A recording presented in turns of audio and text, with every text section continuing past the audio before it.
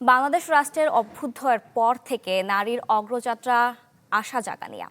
এই আশার দিগন্ত হতে পারত আরও বিস্তৃত যদি সমাজে নারীদের নিয়ে গতানুগতিক পুরুষতান্ত্রিক দৃষ্টিভঙ্গির হ্রাস টেনে ধরা যেত। সমাজে দৃষ্টান্ত তৈরি করা সফল নারীরা বলছেন, মাতৃত্ব বা অন্য কোনো প্রয়োজনে না বিরতি ভেঙে কাজে ফেরার সুযোগ থেকে নামমাত্র।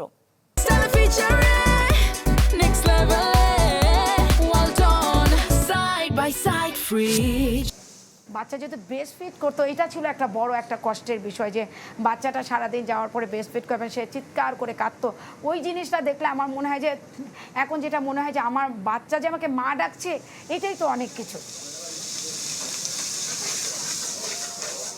21 শতকে এসেও ঘরে বাইরে নারীর যুদ্ধটা আমৃত্যু।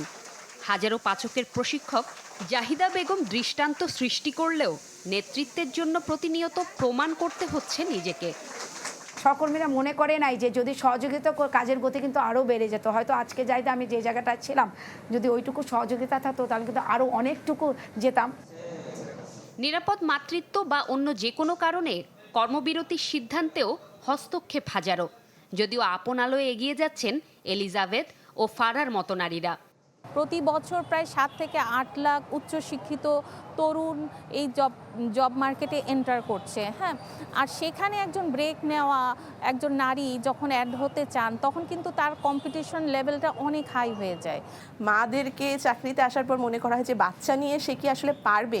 মাদেরকে অনেক সময় ছুটি নিতে হয় বা কাজে তারা আসলে কনসেন্ট্রেট করতে পারবে নাকি, সেই ডেডিকেশন শো করতে পারবে নাকি, সেটা নিয়ে আমার মনে হয় যারা কর্মক্ষেত্রেও অনেকে এটা নিয়ে ডাউটফুল থাকে। ব্র্যাকের ব্রিজ রিটার্নশিপ প্রোগ্রামের তথ্য বলছে 38.8% নারী পারিবারিক ও 36% মাতৃত্ব।